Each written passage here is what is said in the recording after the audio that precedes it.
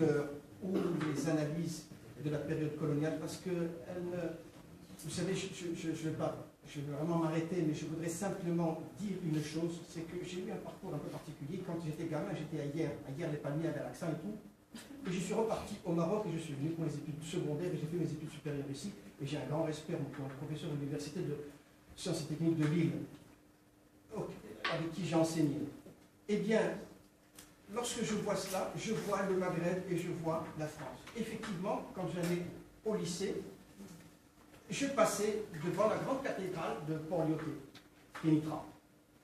Et effectivement, la présence des catholiques et des chrétiens, même un temple protestant, c'est quelque chose qui a vécu. Donc, je ne veux pas qu'on puisse importer des schémas qui sont liés à l'Arabie Saoudite.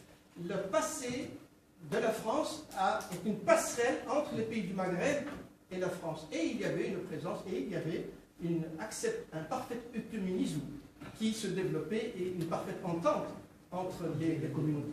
Donc il faut s'appuyer sur notre histoire de France, qui est un lien, une passerelle, et non pas les ruptures et les bombardements que l'on voit qui arrivent et la projection que l'on a dans la réalité brutale.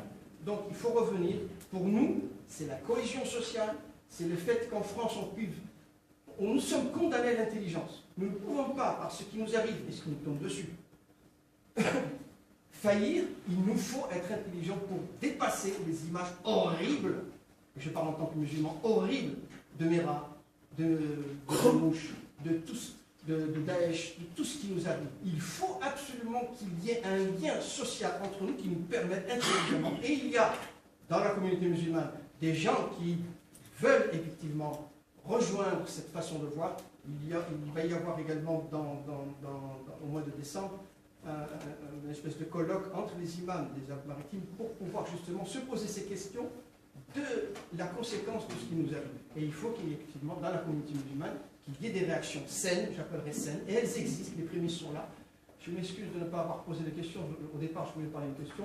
Mais j'ai quand même, ce témoignage, je crois qu'il était nécessaire dans ces 2 journées formidables que vous avez organisées. Je veux vous en remercier. La seule petite question que j'aimerais poser, c'est que tout à l'heure, on disait que la démocratie, son point faible, c'est la démocratie. Peut-être que la démarche universitaire, son point faible, c'est la démarche universitaire. Merci.